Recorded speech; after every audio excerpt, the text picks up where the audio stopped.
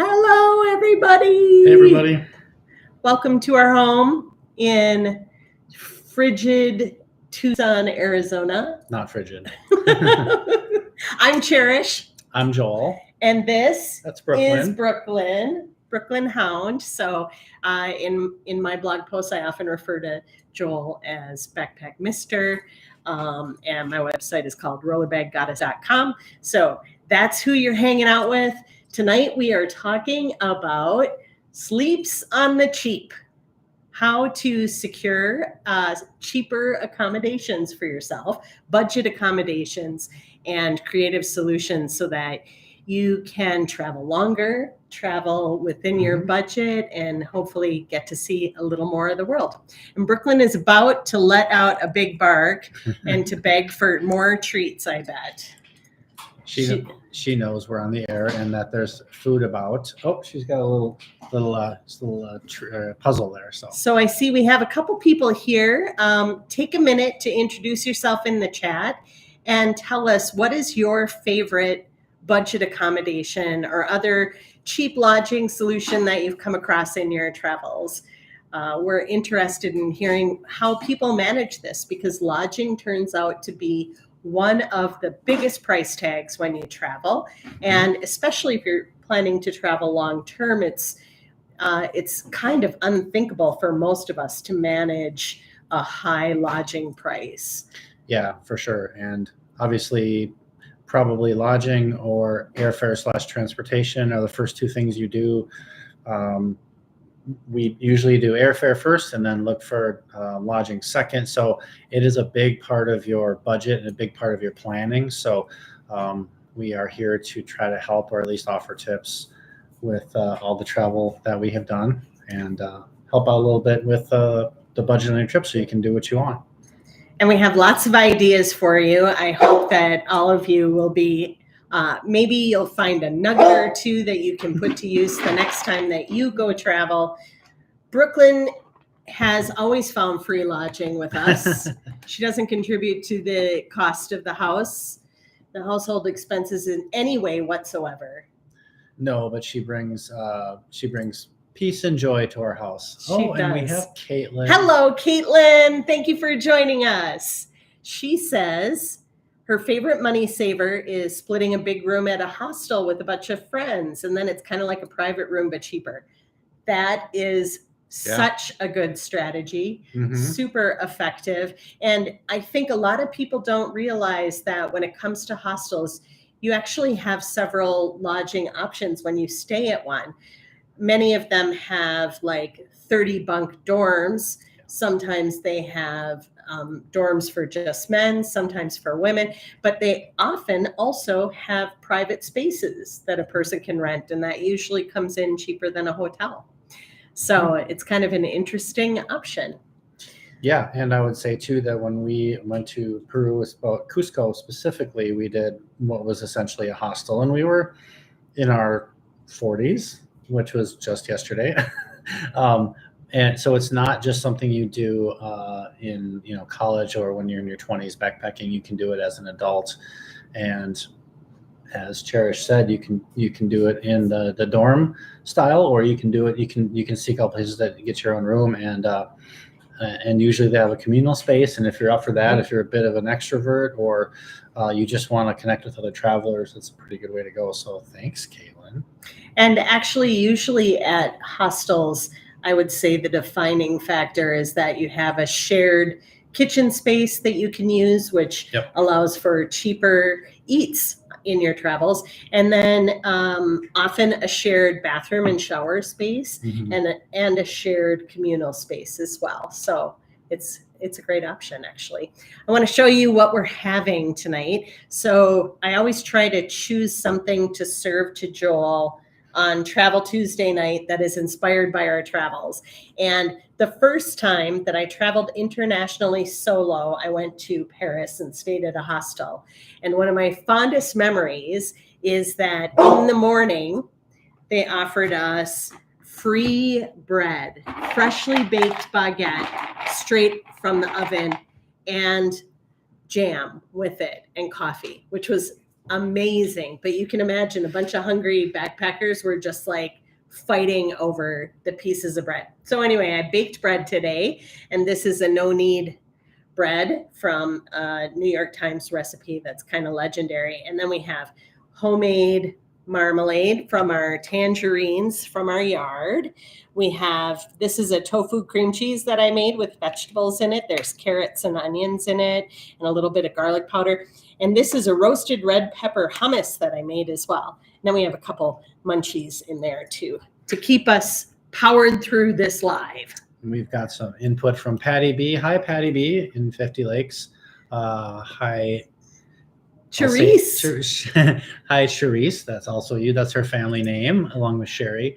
My favorite travel budget saver is to stay with relatives, and unless they have to get up, I'm assuming early.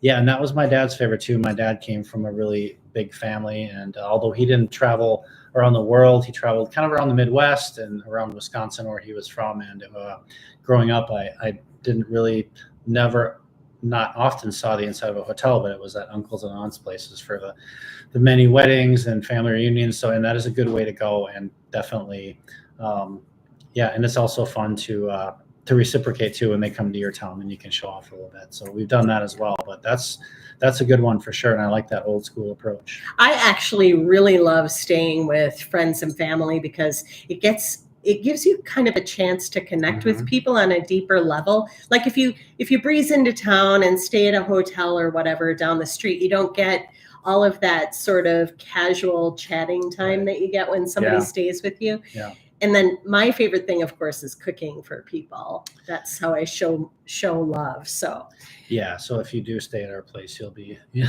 you'll have quite the spread like this, and even more so. And Patty B says, unless they have to get up early and leave for work, they'll feed you in the morning after providing a bed. And that's exactly what I was thinking about. And it's so fun to do that, to see people first thing in the morning and get to talk with them. I have a friend who stays with us quite frequently. Her name is Beth. On the blog, I've referred to her as Bee-Boo. And she and I just have the best conversations before Joel gets up usually. We drink a ton of coffee and get really excited about the day. Yeah. And it's a good time. Yeah. And I'm remembering now, it's probably been about 10 or more years. I don't know if Nick and Rhonda Bellavia are on here. If they are, hello. If you're watching later, hello. In suburban Chicago. We did that with them. We stayed in one of their rooms and had a great, that's a really great example, Patty B / mom, I think we can say, is that, and you just kind of get to know them a little bit better, and they're happy to take you to the airport if it's not too early, and if they're, if they have time. But yeah, that is a really fun way to travel with people. Yeah. It's a good time. So I have some photos that I thought I'd share with you about. It's related. Yeah, hopefully it works this time. I'm going to try and share the screen. And these are pictures of places that we've stayed. So I'm going to share the whole screen. So you're prepared. And then we're going to do this. So no. Yes, this is correct. Oops. Okay, there you go. Okay, so good. It works this time, where we have a second screen going so we can tell, because last time we sort of had a snafu where the images didn't show. So this is an example of one receipt I had from Airbnb. Airbnb is a platform that we use on occasion because you can often find more affordable lodging, although I do feel like the prices have climbed up over the past couple of years. But I like to actually have access to a kitchen. I have special dietary concerns, and so that makes it easier also to save on money on going out to eat. So I stayed with this woman in Lisbon in a private home, rented a room there, which was really lovely. And I rented the room for 11 nights, and it came to $472.85 with everything included, the cleaning, the service fee, and taxes. And To me, that is such a bargain. $32 a night is a really good deal. I had access to the kitchen. She had very cute dogs that I got to play with. And so that was great. So here's a meal that we actually had together. And you can see I got to meet with all of her friends, and we had delicious soup that was Lisbon specialty. It's made with bread and eggs and shrimp. And so they're speaking in Portuguese, of course.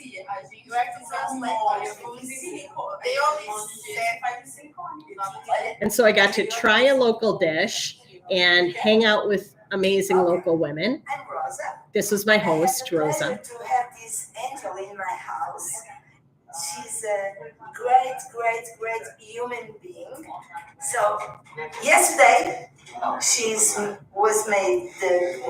cooking for us, and today I cook for her. So I'm going to present what we have on the table.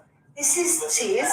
It's very traditional to eat cheese at like entrance of the meal, and this is a traditional. This is from the south of Portugal. This is bread. This is pork, and this is French potatoes. And we have here another thing. It was made. It's a pâté. It was made with atum and garlic, and it seems like this. And of course, we have wine from Portugal. So if you want to eat good, please come to my house.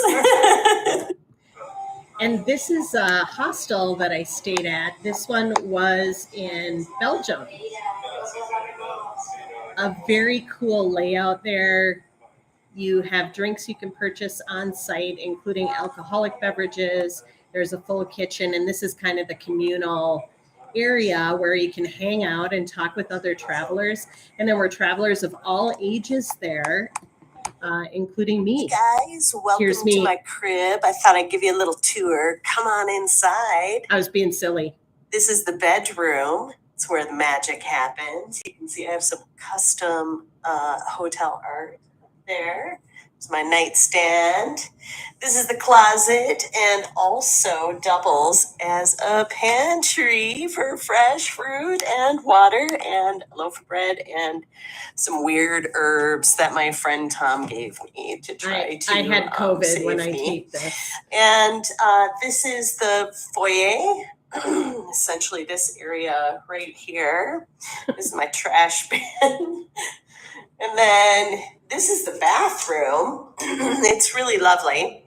I actually have a shower here, which is sort of a special treat. And the cherry on top is my balcony. Thanks for coming to my crib.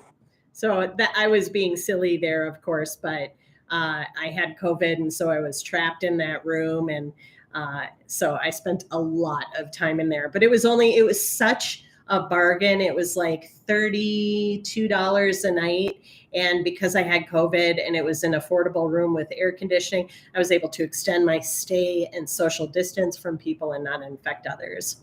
This was in a town by the name of Trat. These two beds I shared with a traveler, this room, and the mattresses were so hard that you could actually knock on them. They felt like wood, but that's kind of a cultural thing. It's meant to be healthy.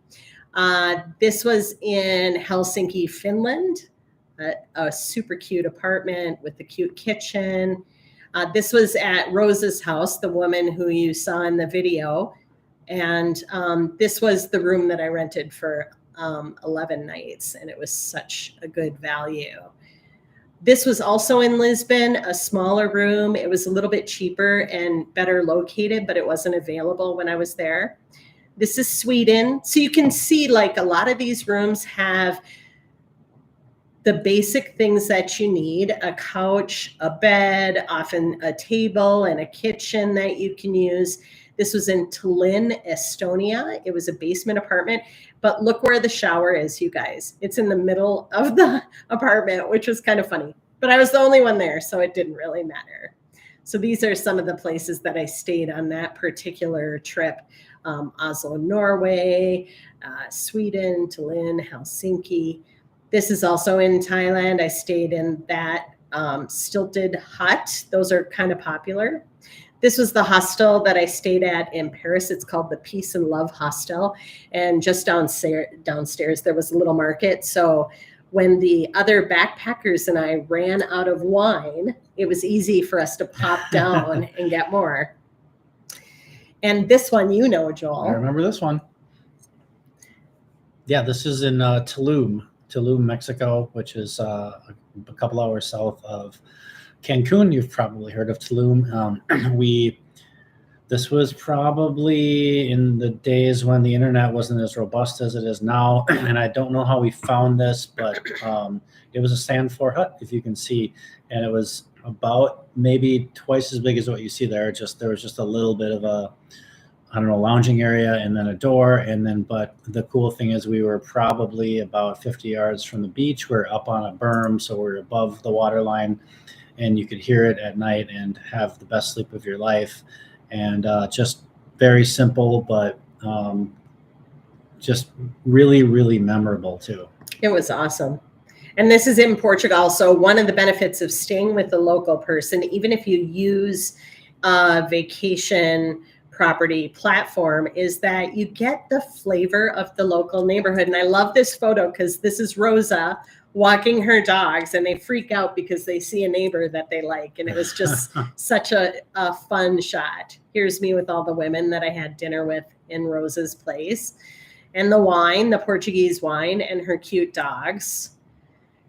Well, and then on a most recent trip, when I was in the Middle East, actually, and war broke out, I quickly shot over to Portugal again, and that's when I stayed with Rosa.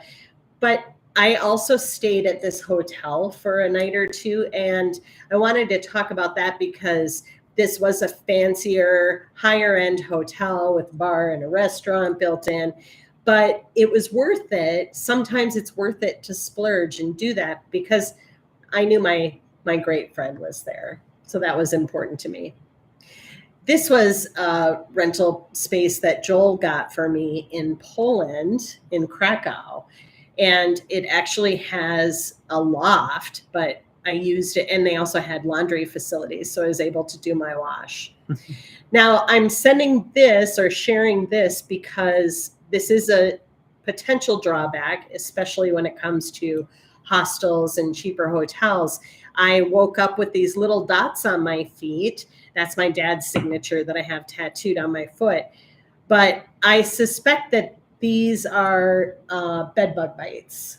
I don't know for sure, but I've been told that they appear in a row. And so there may have been bed bugs in that bed with me. And there's that loft where I stayed in Poland. Again, often there's beer, especially at hostels. Here I am sitting in a hostel in my bunk. I'm on a lower bunk and shared the room with probably 10 women. When I was in Istanbul, I got upgraded to this hotel room because there was some sort of an electronic mix-up. So they gave me this room for actually a really good price because a third-party booking site said they had rooms and they didn't. And so they said, oh, we have a room. So it was a really special room that I think went for a lot of money normally. This was a place that I stayed in the Middle East, in Oman. And this is that staying with friends and family example that Patty B brought up. This is my cousin Kim's room. I got to sleep in there right before I flew out to see Kim in the Middle East. This is a hotel that I stayed at in Bali, and free breakfast was included, and the room was absolutely gorgeous. Look at all that space. It was actually a ridiculous amount of space for one person. The bed was huge. I thought it was so cool, such a beautiful place to stay. And here's that benefit of staying in a place that offers free breakfast. In addition to saving money, you often get to try some local foods. So this is in Malaysia, coffee and meats and a dish called nasi lemak, which has white rice and little anchovies and a hot sauce and an egg. So it's and that was kind of a cool hotel that I stayed at there. But again, it was a budget hotel. This is another breakfast that I had at that same hotel. Yeah, hot dogs are very popular in Asia. Isn't it weird? Yeah. It's a little odd. So it's funny. And that's the dining area when you got breakfast. This is another place I stayed. It was very affordable. I wanted to show this because I have a friend who's also budget conscious when she travels. And what she does is she looks at the ratings online. So if she's using booking.com or Airbnb or any of those sites, she'll look at the ratings and she will not, no matter what the price is, she doesn't go below 7.5. And I think that that's kind of a good number. Yeah, that's kind of the ultimate crowdsourcing. And I don't know, I've heard rumors that, there's people get paid to, by owner, but generally the ratings are kind of like the ultimate crowdsourcing for hotels. Even if it's like, wow, it looks cheap, it looks a little down at the heels, but it might get a really good rating from people who are like, look, don't pay attention, it's basic, but it has everything you need. It's clean and friendly and, well located. And they're like, okay, good to go. This is a hotel I stayed at in Penang, which is in Malaysia, and it was lovely. And this is my friend Miriam. I stayed with her and my friend Jeff in Kuala Lumpur. And Jeff ran downstairs because there were street vendors outside their apartment, and he bought me some nasi lemak, and that's what's in that little package on that plate. I just thought they were so sweet to me when I stayed with them. Here's another stilted hut that I stayed in for a time. I had a friend who stayed in another cabin, and they said they would wake up every morning with gecko poop on their bed because there were geckos in the roof. This is in Bangkok. It's a regular place that Joel and I have stayed at that's also budget, maybe $20. Oh, there it is. This is another example of why you might actually want to splurge on good accommodations. Joel's going to talk more about that in a minute. Mm-hmm. But one of the reasons that you might want to do that is if you have the extraordinary opportunity to travel with a bunch of members of your family, which is so fun. And so this is my sister Tony, my mom Pat, and a bunch of us nephews and cousins and such. And we stayed at this beautiful resort in Honduras. Yeah. Evidence that we don't always travel solo or just the two of us, that this was a great vacation. We got to see we got to see an amazing family moment. I don't know if we're, we could privy to say what it was, but it was a really wonderful, amazing family moment that we got to be a part of. And so I think we can say someone got engaged. Someone got engaged with the family present, and it was just awesome. It was a really extraordinary experience and worth every penny that we spent. Mm-hmm. This was in Myanmar. They look at this beautiful breakfast that they served, and the host did not speak English. And of course, I don't speak their language. And so there was minimal exchange, but they brought me this beautiful breakfast, and you could just tell they were so proud to prepare these delicious foods for me. That's something that I run into a lot when I stay at a family-run hotel. And you wouldn't get that at a chain hotel or a 4-star hotel. Right. There's more distance between you and the innkeepers. This is a cheap hotel in Chiang Mai that I often stay at. Clean, comfortable. This is a place where Joel and I stayed, again, in another hut. It was in this beautiful place. This is the restaurant where we had breakfast every morning. Yeah, so this is just kind of the restaurant, very small bar, communal area off to the side, just a seating area, which is really popular in Thailand, just mats on the floor and little tables, and you just sit there all day. The huts were fine. They were clean. They had a bed, they had a bathroom, something like $20 US per night. And then you could come down here and just have this as your kind of restaurant and relaxing area, your communal lounge. And beautiful like that at night, just gorgeous with a lot of lights. This was a $20 a night stay in Thailand on an island. You had to get there, but that's just an example of you don't have to spend a lot to have the great view or the great situation. Yeah, $20, crazy. Another hotel in Thailand. This is another hostel. This one is in Porto, Portugal. I recommended this one to Caitlin, actually, who is in the chat, and they were full. So, but it was a really beautiful kind of artsy hostel, and you can see that there's food and drink available and nice places to sit, and just, you know, even if you're a digital nomad, if you're working remotely, it's really nice to have. This is a pod hotel. This is kind of a trend that is starting to catch on. And this is in Singapore. My nephew and I stayed in these pods, which is so cool. And it had air conditioning and a little TV and a table and plugins for your devices. It was such an interesting lodging choice and much more affordable than a hotel. And I see Teresa's here. She says, ew, bed bugs. I agree. And hot dogs. And then Caitlin says, hi, Porto, because Caitlin's been to Porto recently, actually. This is a hostel in Denmark in Marstal on an island. It was, it actually had 4 beds in it, but I was the only one there. And here's one of the free breakfasts that I've eaten over the years. Beautiful whole grain bread and fruit and jam. That's pretty common. And that was at this hostel, again, in a little pod-like environment with a curtain that you can close. So even though you share the room, it was kind of private. Do you remember this one, Joel? That is Honduras. This is Belize. Belize. Sorry. Yeah, yeah. Of course, Honduras was, yeah. Yeah. Belize. And so we stayed in one of these little huts, and then a friend of ours came along and rented a hut there as well. This was at let's see if I can get this to play, at a silent retreat. It seems like the video does not want to play. Well, we may not get that one to work. And you know this one, right, Joel?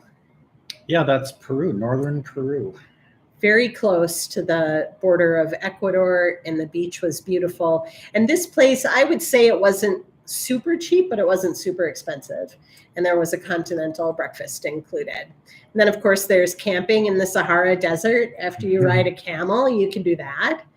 This one's in Vietnam. My nephew and I stayed at this place, and it was walk up. So that is one thing to be aware of. Often in these cheaper places, they don't have an elevator.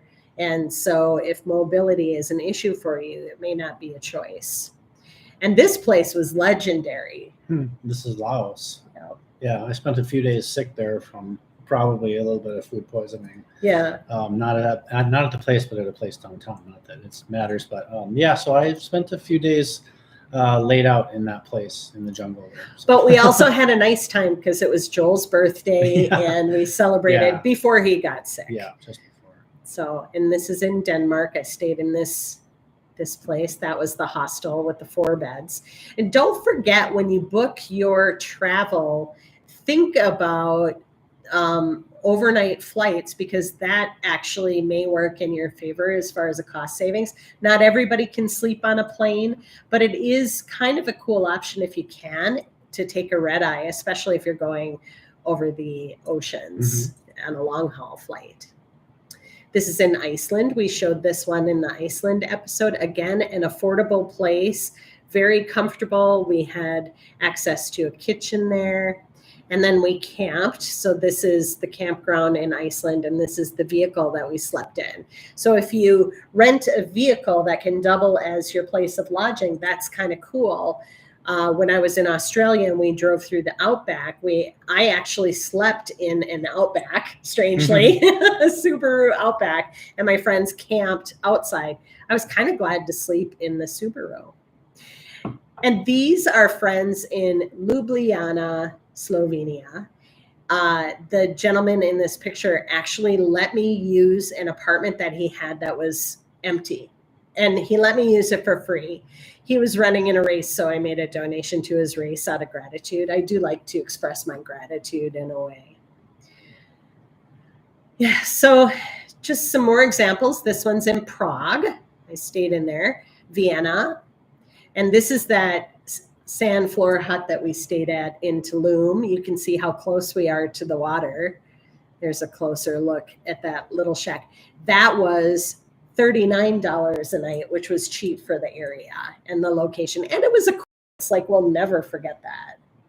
No, yeah, it was great. And you saw how close the ocean was. It just rocks you to sleep. Literally, it was wonderful. And yeah, it's $39. And this is one of my dorm bed, I don't know, what would you call it, mates?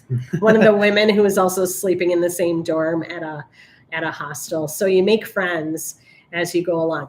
This is a 2-star hotel that we stayed at. And we chose it, but we were working with a travel agent at the time, and she couldn't believe, she said, "Are you sure you want to stay there? That's a 2-star hotel." And we said, yes, we absolutely want to. And we don't regret it. Of course, it was run by locals, and it was a wonderful place to stay. And don't forget camping. Camping is a good option. Yeah, it's a different experience from a, which I'll talk about a little bit, from a mid-city luxury hotel.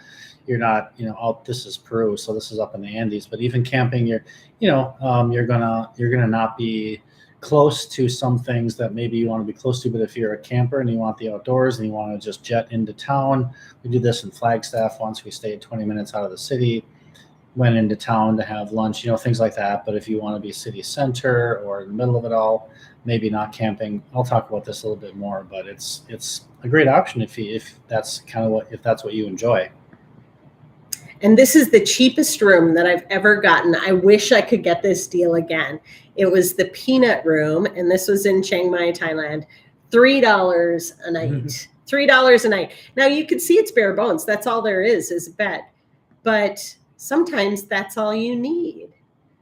This again is in Mexico. That's at Manzanillo. This one's in Zihuatanejo. Beautiful view. And that was that 2-star hotel. And then, of course, if you stay with people through like an exchange program, there are several exchange programs that you can sign up for online where you can stay with locals for free. This was my host in Amsterdam. And I wanted to pause on this one, Joel.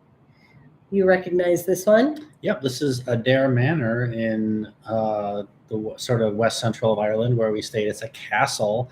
A former, I'm not sure, a royalty of some sort that was probably sold by the family many years ago and is now a hotel and golf resort. And so this is an optional place to stay on the package that we bought for a trip to Ireland. It was flight and then hotels, but what you had, it's a really cool thing that they do. You don't just say you got to stay here and here. You have an a la carte menu in each place and a sort of voucher. You have to make sure that there's availability.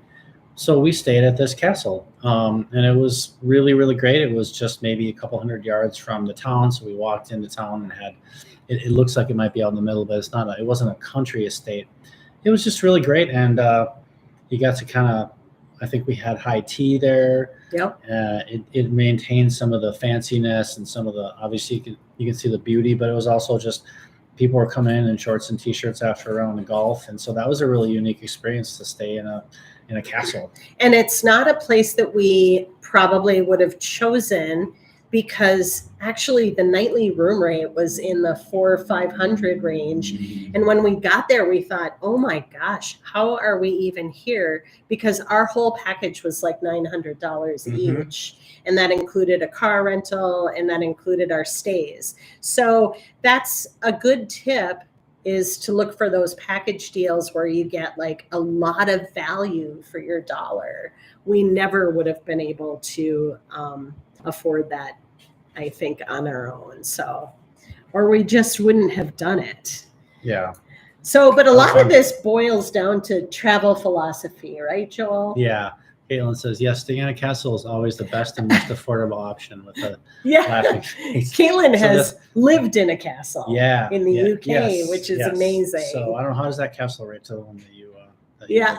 lived in? But no, yeah, that was in Ireland. And so it was just part of the deal. And you can say, like, we're going to this region. Here's 6 hotels from which you can choose. Really cool thing that I wish was done more in other places in the US. This was the Irish National Airline and / travel company. Anyway, we stayed in the castle.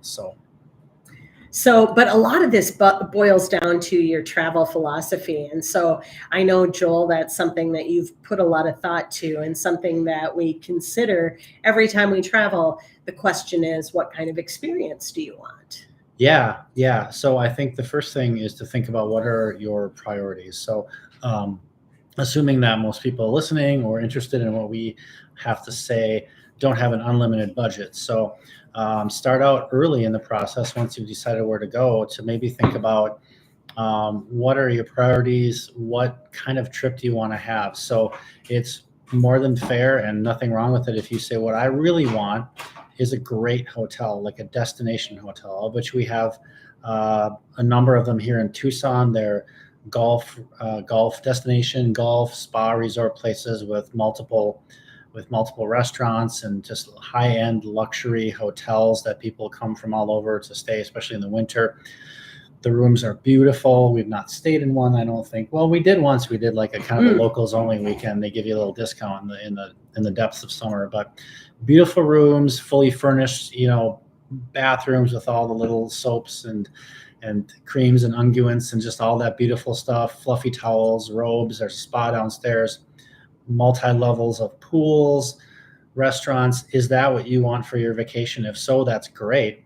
If that what makes you feel like you're on vacation and your reward for going on vacation, then that's probably where you'll spend your money.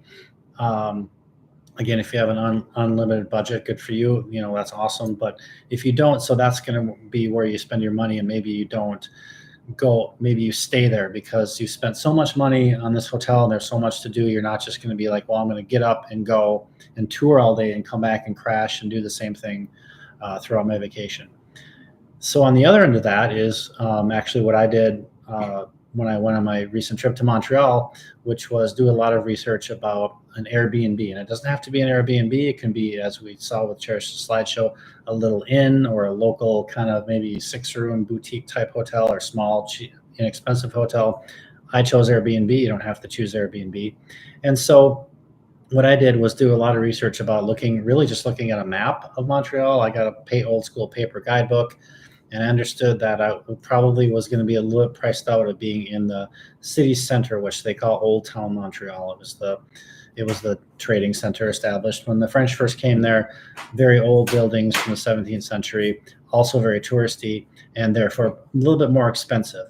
So I just looked for kind of an inner ring. I call it an inner ring suburban neighborhood. So 20-minute Montreal metro ride to the city center and to a lot of things. Mont Royal or Mont Royal, whatever you want to call it, is their big kind of outdoor attraction.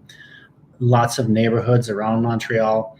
But I was in kind of an outer ring suburb, or in kind of an inner ring suburb, where there was a lot to do. I could see on the map that it wasn't like in a desert where there was nothing to do. There was plenty of restaurants and bars, and there's a canal where I did some kayaking. There was a big old school type European market where you could do shopping. So I did a lot of research, and I decided that I was going to kind of go low mid range on the Airbnb, and it had a little kitchen, which meant I could go to the grocery store and buy things I chose breakfast. Some people might choose lunch or dinner. I chose breakfast as the meal that I would save money on. So I just cooked like I do at home. I just had fruit and English muffins and some coffee. And then I jumped off and started my touring day. And that's where I sort of invested more of my money. I did a riverboat tour. I did a couple nights out at restaurants where I'd really researched the good restaurants, and went out on my own, just kind of touring around during the day. That's where I invested my time. But both things and everything in between, I think it's just do a lot of research and understand what you want to do from your vacation. We didn't do a full vacation, but we went to Cancun once on our way to Tulum, and we splashed out for a night. Or was it 1 or 2 nights on one of those oceanfront, kind of iconic looking Cancun big all-inclusive type hotels. It was a Hilton with an infinity pool and a swim up bar. Yeah, and all the fun stuff. so I guess what I'm getting at is if that's what speaks to, if you're like, yep, I'm on vacation, this makes me happy, this is all I want, maybe we'll scoot into town once to the Carlos and Charlie's or whatever. But if that's what speaks to you, then by all means do it. But if you want to be like, I just want a clean, safe place with a bed and a bathroom and a little kitchen, and I'm gonna get up every day and I'm gonna go and I'm gonna come back at night and sleep there, and that's about it. Do some research and just kind of get a feel for the town, and wherever you like to look, you can go on forums, you can use guidebooks, you can use, Airbnb. Sometimes just by looking at a map will kind of tell you where clusters of things are, and by the price you can get an idea. So but overall, I think what I wanted to say was before you even start, decide what kind of a vacation you want. And it could go all the way to, as Charish said, it could go all the way to tent camping or car camping or anything in between. So just decide, again, this is for people who have X amount in their travel budget. Decide what kind of vacation you want, and then do a ton of research, and then just trust your feelings, as they say in Star Wars. I actually don't know very many people who have a bottomless well of cash. And especially if you're traveling long term, it's important to look at those alternatives to that chain hotel experience. Now, there are chain hotels that are discount chains, and those can be actually a really nice break, especially if you've stayed in a hostel. Mm-hmm. I'm an introvert, so I get a little worn out by the constant conversation and having to socialize 24/7. That's hard for me. So I will intersperse stays in a cheap hostel or whatever, or staying with friends with potentially a cheap hotel. And then you get that moment of self-care. And that's, if you're traveling long-term, you kind of need that every once in a while. Yeah. And just interject a little bit. We can probably not shamefully admit that we have gone on a cruise. We have left out of Fort Lauderdale. And so we flew in and had a night before the cruise left, and we stayed in I think it was just a Marriott, just a very basic place. But that's, sometimes you don't need to do a lot of research for something like that. You just need to be, can I take an Uber or a cab to where the cruise ship leaves from? Just like, is it decent and close? Sometimes you have those little transitional places that you have to stay. Yep. And that's fine. But or maybe you want to go crazy and get a really nice place. But for situations like that where you get in late, you just crash and you get up and go on your next leg, your next flight, or you get on the cruise ship, it's fine just to get the basic old business hotel. So right along those lines, I totally agree with everything you say. I arrived really late into a major city, Bangkok. I pulled in at like 1 a.m. and it was my first time there. I didn't want to deal with entering the city at 1 to 2 in the morning. That just felt dicey for me as a person who was traveling alone. I did that. You did? I didn't think I had a choice. Yeah. I don't know. I think every time I've looked at flights into Bangkok, the couple times I've gone or whatever, it's always getting in really late, starting out early and getting in late because of how long it was. So I was like, I just want to get to the room, and it was almost 2 in the morning, and I was so tired and couldn't find the place. So sometimes you want to just be like, maybe I just need a little transitional stay. Right. So I booked actually an expensive hotel that was right next to the airport. It actually came at the right time because it had a beautiful deep bathtub and soft sheets, and I was jet lagged, and I'd been traveling for like 23 hours or whatever ridiculous amount of time. And so that felt good. But then after that, I was staying at $10 a night places. And so you can balance it out. But I did want to talk about some of the alternatives that we've touched on. For example, there are homestay organizations that you can sign up for. And if you Google that online, I used to be I used to actually work for Couchsurfing, and I no longer am affiliated with them in any way. And that organization is no longer a nonprofit. So, but there is a charge to be a member with them now. So I'm not necessarily recommending them, but there are several other platforms that actually are almost no cost at all, other than if you want to show gratitude to your host, which I think is just being a good human, right? If somebody gives you a free bed to sleep in, and often there's food that they'll give you as well, and then you leave a country with friends instead of a hotel bill, and that's like the best thing ever. So you could look into those. If you have friends or family out in the world and you're thinking about going to a destination, think about like who's in your network. Maybe they have a friend themselves that you haven't met who would be happy to host you. I've had that happen as well. That was with the gentleman in Slovenia who gave me his apartment. Didn't know him, left as friends. And so that's an amazing option as well. Of course, camping is hard if you have to carry your gear, but there are places with rustic stays, with huts, or even yurts that you can rent, all manner of rental properties, and even like RVs that they'll rent out on Airbnb, boats that you can stay on. Oh yeah. So think outside the box, and don't be afraid to consider those options, because not only might you save money, but you'll also have a really memorable experience. Yeah, excuse me. There's so much information available online, but you can, like I said, Airbnb, or even just kind of some of the travel sites.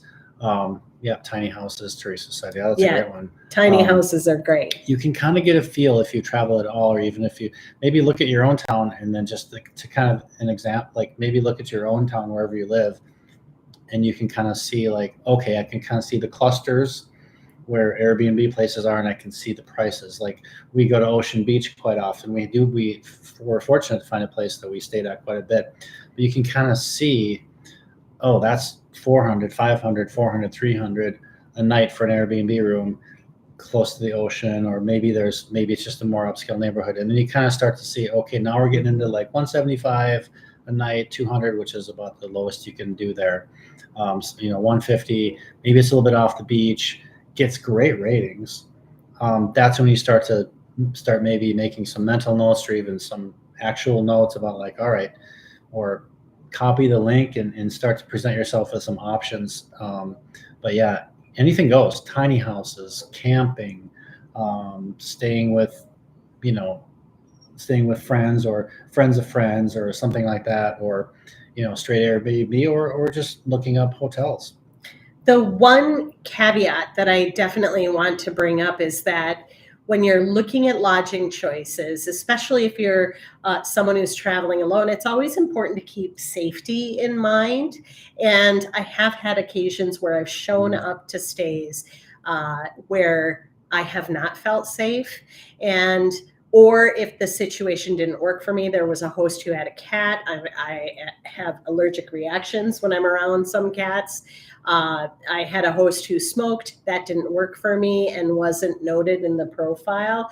And I actually stayed with a guy in Budapest who really was unkind and aggressive toward me, and I had to stay there that night. There was a huge event in town, so I had to sleep in the bed. I propped a chair up against the door, and the next day I got a hotel as soon as I was able to get one. All the rooms were sold out in the city that night.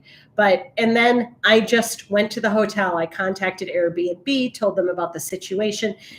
Any platform that's reputable should have a member safety group that you can contact if you run into issues, and they'll often be able to find you lodging in the moment if you're in a situation that feels unsafe or unsuitable for any reason. It's never worth it to put your safety at risk, is what I'm saying, to save a few dollars. It's worth it to invest in your safety wherever you are. So that is my word of caution for you. It has happened to me. It's almost inevitable in your travels that you may come up against a situation like that. But bad things can happen in hotels as well. And so the same rule would apply. If you're at a hotel that seems dicey, you don't feel safe, just leave. Find something else, put it on the credit card if you have to. The most important thing is that you travel safely. So Yeah. we have a question. We have Teresa says she stayed in a treehouse. That's cool. Oh, I would love to see the tree house that you stayed in. As long as you're not a sleepwalker. I have seen that option Mhm. in some places. So one thing that we haven't talked about, Joel, is that when you're brainstorming ways to save money in your travels, think about the destination that you're choosing. So you talked about choosing outside neighborhoods, but the cities themselves can vary greatly in price. So if you're staying at a really popular city in a popular neighborhood, you're going to pay much, much more than if you're willing to take public transportation from a suburb, or maybe select a town that has similar amenities but isn't as over toured. Right, for sure. Yeah. And this is a bit of a non sequitur, but I wanted to piggyback off of your comment about safety. I think our Denver experience was one that was a little. Yeah. We this isn't about Denver. This happens in every major city, I'm sure. We did find a really great Airbnb. It was like basically a condo that had been converted. So there's a first level, and then the bedroom was on I think there's 3 levels. There's a second level with a kitchen, and then you slept upstairs. Beautiful. You get in, there was very high security to get in. Once you got in, the property was beautiful. It was probably maybe a 4 or 6plex or 8plex or something like that. But it happened to be, and this is where sometimes, your research and you're trying to figure out where you're staying and what it's all about. You just, I wouldn't call it a fail, but you just kind of, it's not what you thought. And so this was on very much of, like you have in big cities, very much of a borderline of sort of newly developed, what's the word I'm looking for? It was a developing neighborhood, I would say. Yeah. And there was actually a homeless shelter across the street. Newly gentrified and block probably, and then right across the street was a pretty rough neighborhood. Yeah. And so coming home at night from having gone out, it felt a little dicey, and it was literally just like one side of the river was this newly gentrified frontier, and on the other side of the river, or this road, was kind of a homeless encampment, and not to be whatever about unhoused people, but it was a little bit unsafe. And as we left for the airport on the way home, we kind of the Uber driver did not want to stop there. Yeah. He told us to get in, and he kept the car running and took off quickly. So it was clearly not the best neighborhood. We couldn't have known that from maps, but between your Hungary experience and that Denver experience, and then you look at all the places that we've stayed, those are 2 very small data points compared to all the great experiences we've had. Yeah, that's absolutely true. And so Joel and I, almost as a rule, rarely stay in hotels or chain hotels or high-end properties. We have done it. We do on occasion do it. But for the most part, we look for creative ways to manage our travel budget. And then we have that extra money to invest in things that we really want. If I'm traveling alone, really all I need is a bed. And sometimes I don't even need that. Sometimes I just need a couch.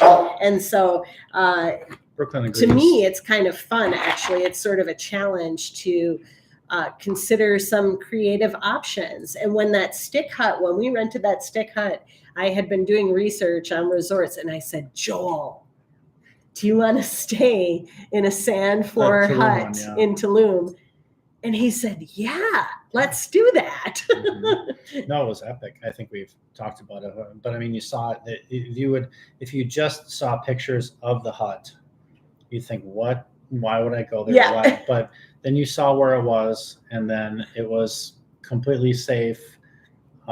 It was just a lot of travelers like ourselves looking for a fun experience. We were just walked down one little set of steps, and there was the Caribbean, but we're up on a rise, so we didn't have to worry about getting washed away. It was, and just that noise, the constant surf noise.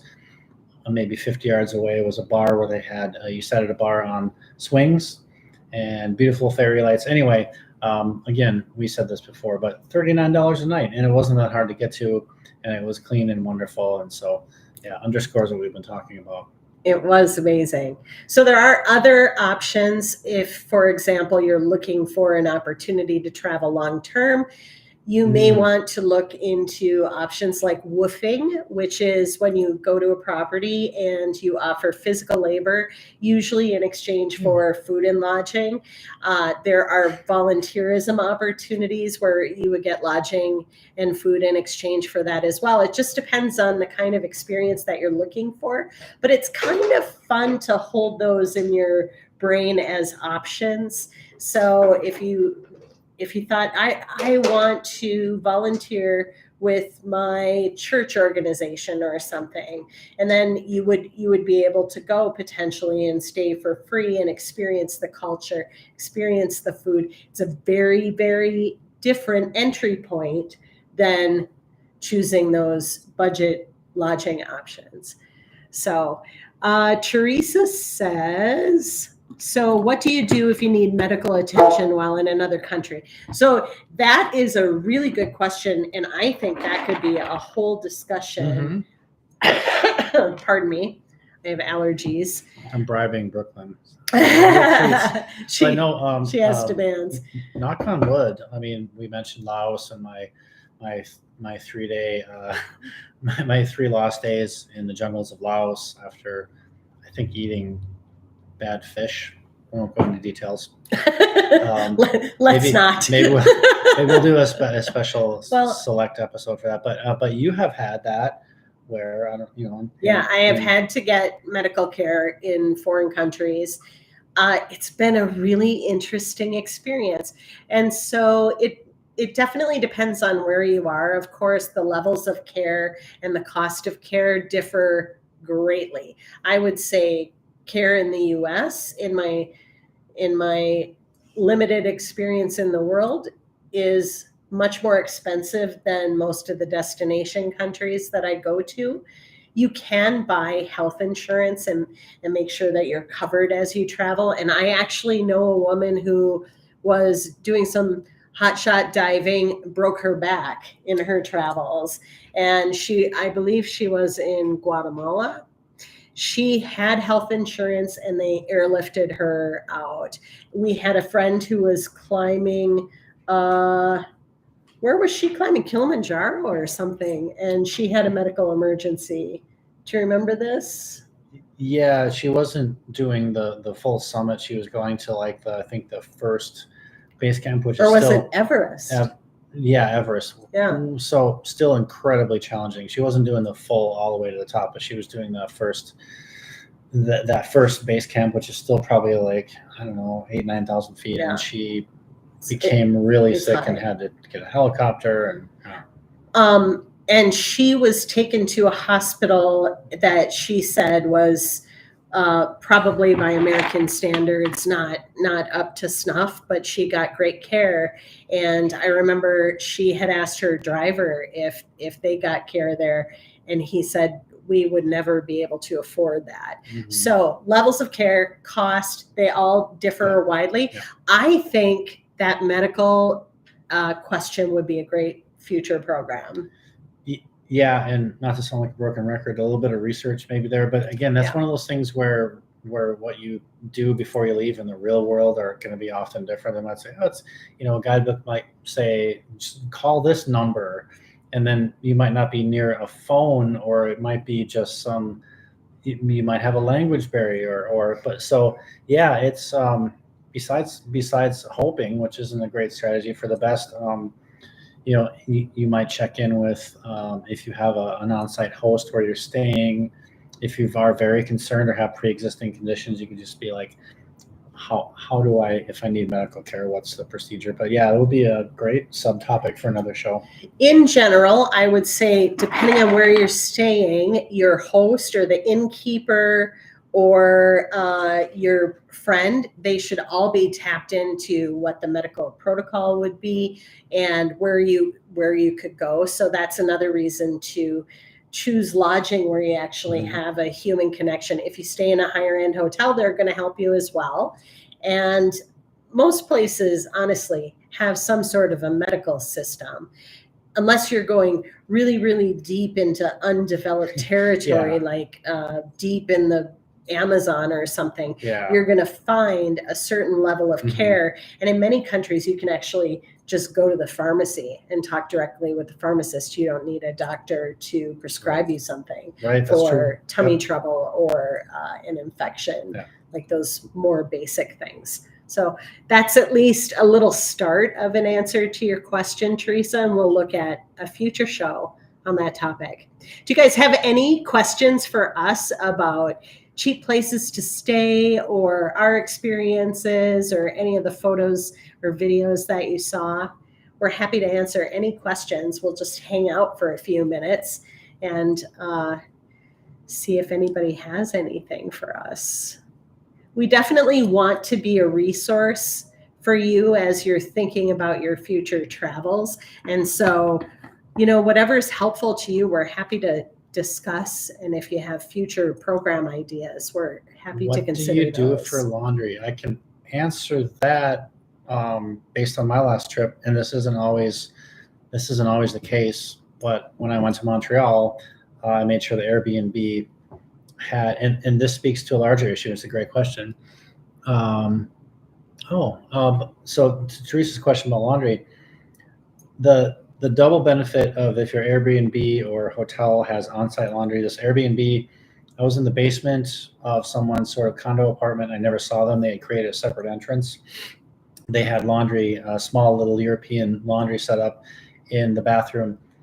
Knowing that going in and double checking with the host messaging that you have allowed me to just bring one backpack as my carry-on, because I only brought like three shirts, some shorts, and just a few things. And I knew I could cycle through it once or twice with the laundry, so I could pack lighter, which allowed me to carry on and not check baggage and just have a backpack. But Charish has done things where sometimes, like I know in Thailand, you can do a service. You give them at the front desk.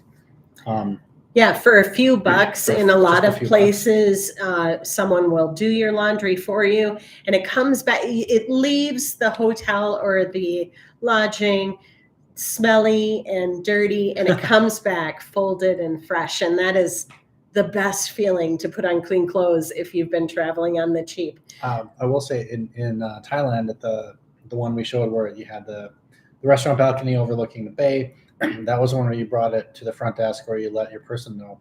And we went out for the day, and we came back and we walked by our own laundry, kind of hung out on wires drying. And we went to dinner, and I think we came back at night, and I touched it, and it was still moist because it's the jungles of Thailand. So I don't think we got it back for another day and a half until it dried. But that's kind of an extreme example. We seek out places where there is a washer often, so you can put that in your filter when you're selecting a space. And you saw that picture of my unmentionables hanging in Krakow, Poland, on the attic staircase. So that does happen. It's just a part of it. Usually by the time I need laundry done, I need a rest day too. Right. Yeah, it works great. Caitlin says, have you ever used Hotwire for last minute deals? Have you? I think a long time ago. I know that I search it, and we might have used it once, maybe for one of our Mexico vacations. We might have used it looking for a package. So I think maybe you don't want to overwhelm yourself with information, but if you're like me personally, I like to get as much information as I can and start winnowing. It's kind of part of the fun process of anticipating. So Hotwire, Expedia, Priceline, all those things. So I think we have used it. I'm pretty sure that was one, I think one of our Manzanillo or Zihuatanejo, Mexico vacations was a Hotwire package. So yes, we have, and it's definitely, but it's on that list of let's check here just to see what's going on. So I have a couple of thoughts on that. And the first one is, if you use those third-party sites, keep in mind that usually the cancellation policies are more strict than if you're just buying direct from the provider, from the airline or the hotel or whatever. So if you have something come up, and we have had this happen where we purchased something through Expedia, I believe it was, and we had a relative that took ill and was hospitalized, and we had to cancel. And it was a rigmarole. The third-party app was pretty helpful. The airline was not as helpful. I had to work with both, and it was kind of a additional stress when we didn't really need it. So there's that. The other thing that I wanted to mention is if you're looking at those third-party sites, make sure that you're using one that you're familiar with, because there are scams out there. So just be mindful of who you do business with. Be careful, because there are people who will take your money and run and take their own vacation. using our tips. But that said, we have scored some really good deals. In fact, that package deal to Ireland was through Aer Lingus. They offer package deals. Iceland Air offers package deals where if you're flying to Europe, you can stop off in Iceland, and that saves you money on an additional flight. So there are those deals out there. The other organization that I was going to mention is Travel Zoo. They used to be free to use. Just this year, they put in a membership fee of $40. So I haven't used them since then. My $40 can go pretty far. So, but they do publish really great deals on that website. So if you're a frequent traveler and you really want to get some good bargains, that's one to look into. Thank you all for your questions and for spending your Travel Tuesday with us. Hope this helped and inspires you to travel. Half the fun, maybe not half the fun, but a good part of the fun for me is that everything before the trip of getting excited and going through a guidebook and being like, I want to go there, that looks so cool, and researching where you're going to stay is part of it too, because that's a big part of your stay is having a good experience of your hotel, Airbnb, what have you, is a big part of it. So that's fun, is the research part. So hopefully we've inspired you and helped you. So for our next program, tell us what you think we should talk about. Joel was in Montreal. Would you be interested in hearing more about Montreal? I've been there as well, but it's been years. Would that be of interest? Are there other topics that you would really like to learn more about? Because we're happy to be a resource for you and your questions to make the world travels a reality for you, like they have been for us. So let us know in the comments, and this video will be posted after the live is done. It takes a little while for it to render, but it will be up there if you want to refer back to any of the information. And connect with us on Facebook. Make sure you subscribe to the channel, like this program if you liked it. That's all helpful for us. We do this for the joy of sharing our love of travel and no other reason, but having you here means a lot to us. So thanks everybody.